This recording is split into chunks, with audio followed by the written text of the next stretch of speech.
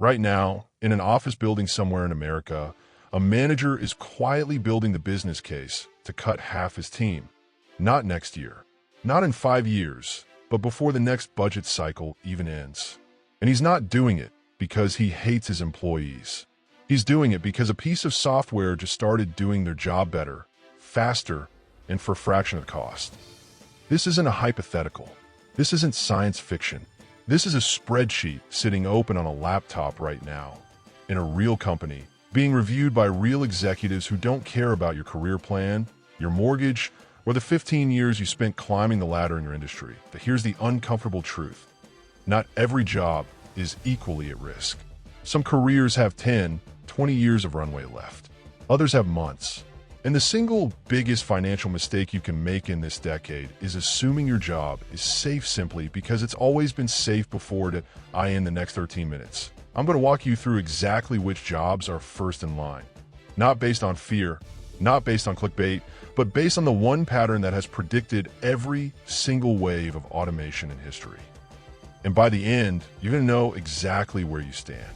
Before we get to the list, you need to understand the one rule that determines whether a job survives or disappears. Because once you see this pattern, you'll be able to evaluate any job, including your own, without needing anyone to tell you the answer.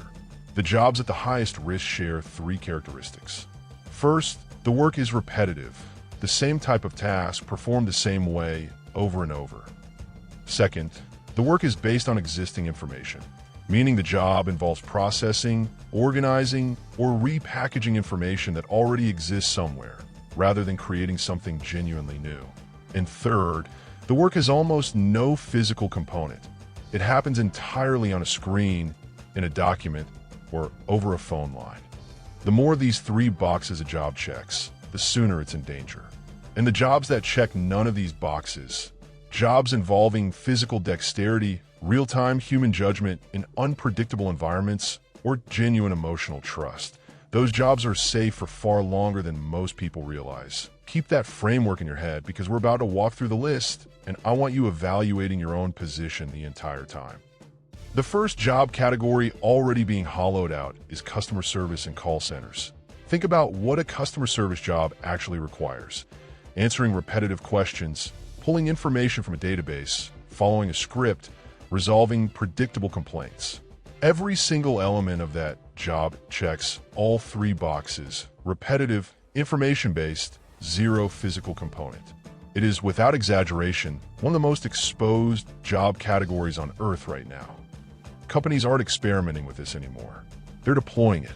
AI systems now handle everything from order tracking to billing disputes to technical troubleshooting, working in dozens of languages, 24 hours a day, without a single sick day or a single complaint to HR. The call centers that survive won't be the ones with the most staff. They'll be the ones with the fewest humans and the most sophisticated systems running behind them. The second category is data entry, scheduling, and basic administrative support. This one is almost too obvious to say out loud, but it needs to be said plainly. Any job that primarily involves moving information from one place to another, entering numbers into a spreadsheet, scheduling appointments, processing paperwork, sorting emails, is a job an AI system can already do today with almost no supervision. The people in this category who survive won't be the fastest typists. They'll be the ones who reposition themselves as the judgment layer above the system. The person who catches the exception the AI missed, who handles the one client who doesn't fit the pattern, who makes the call the software isn't allowed to make. Everyone else in pure data processing roles is on a very short runway. The third category might surprise you if you think of law as a safe profession. Paralegals and junior legal research roles. For decades, entry-level legal work has meant reading contracts, searching case law, and drafting standard documents. Hours upon hours of information processing that build clients enormous sums of money. AI systems can now read 1,000 pages of case law and produce a relevant summary in the time it takes a human paralegal to make a cup of coffee. This doesn't mean lawyers disappear. It means the pyramid gets crushed at the bottom. Law firms will need far fewer junior associates and paralegals to support the same number of senior partners, because the partner's judgment, courtroom presence, and client trust The things AI genuinely cannot replicate remain valuable, while the research grunt work underneath them evaporates. The fourth category is entry-level graphic design and basic copywriting, that if your entire job is producing generic social media graphics, standard product descriptions, or templated marketing copy, you're competing directly against a system that can generate 100 variations in the time it takes you to open your design software. This doesn't mean creative fields are dying. It means the floor is disappearing. The commodity-level work, the stuff that used to support an entire freelance economy, is being absorbed at a staggering pace.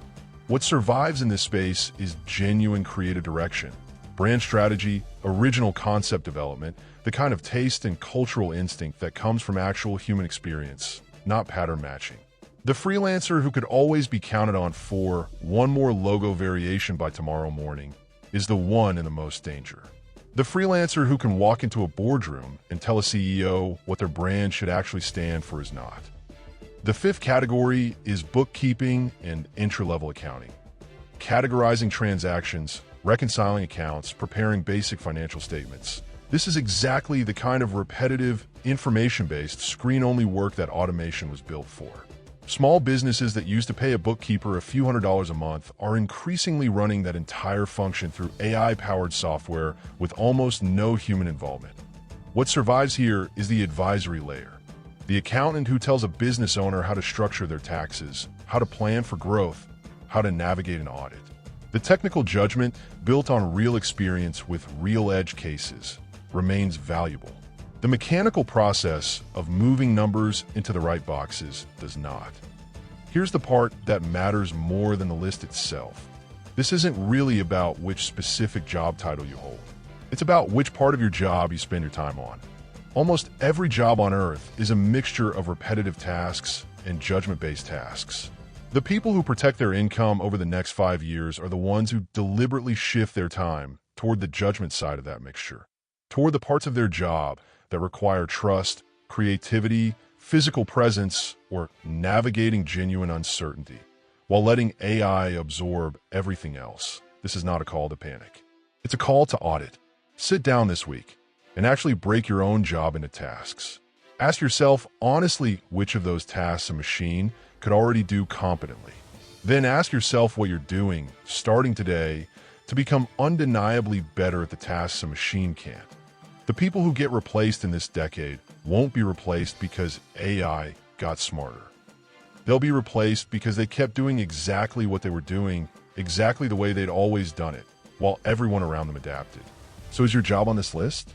Maybe not directly, but somewhere inside your job, right now, there's a piece of it that's already exposed.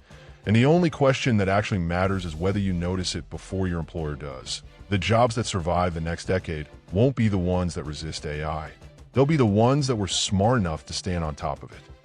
If this made you rethink where you're spending your time, subscribe, because next time I'm breaking down exactly which jobs and skills are becoming more valuable, not less, in the age of AI.